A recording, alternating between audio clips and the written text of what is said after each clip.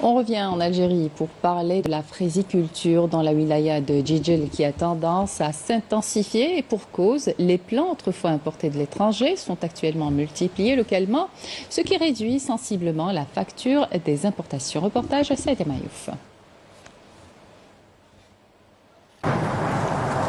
Si les superficies dédiées à la fraisiculture ne dépassaient pas les 4 hectares en l'an 2000, aujourd'hui elles sont de l'ordre de plus de 450 hectares, affichant ainsi un bond qualitatif pour cette filière, mais pas seulement, car si les plants étaient jusqu'en 2015 importés, aujourd'hui elles sont cultivées localement. Des superficies ne dépassant pas 4 hectares et une production de 1200 quintaux. Actuellement, on a atteint les 461 hectares avec une production attendue de 183 000 quintaux. Les variétés utilisées à l'époque, il y avait 2 variétés. Actuellement, on dépasse 15 variétés.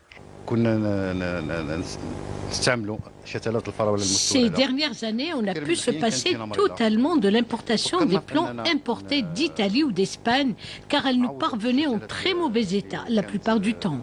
Donc, on a pensé à cultiver nos propres plants et les résultats se sont avérés très payants.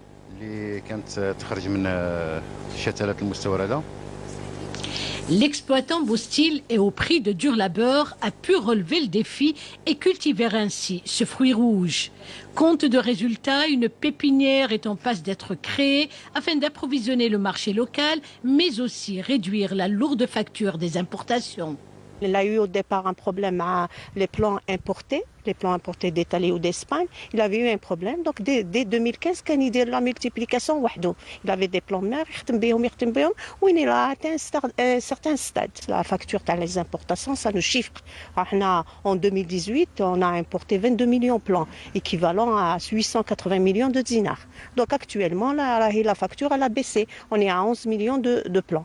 Donc c'est dans ce sens qu'on veut travailler. Cette année, on a trouvé avec un agriculteur qui s'est développé pour la multiplication d'un plant, donc à partir des plants hybrides importés de l'étranger. Il a trouvé beaucoup de résultats qui sont très satisfaisants et très positifs. Donc, et on a essayé de faire appel au centre biotechnologique de Constantine, les chercheurs du centre biotechnologique de Constantine, qui se sont présentés la semaine dernière pour une réunion et une sortie sur terrain pour mettre le point sur cette expérience qui dure depuis 2015. Sur la plaine de Jimar, dans la commune de Chekfa, la production fraisicole est abondante et pour cause, aux multiples serres viennent s'ajouter 60% des serres tunnels très appréciés par les agriculteurs car tolérant parfaitement les terrains accidentés.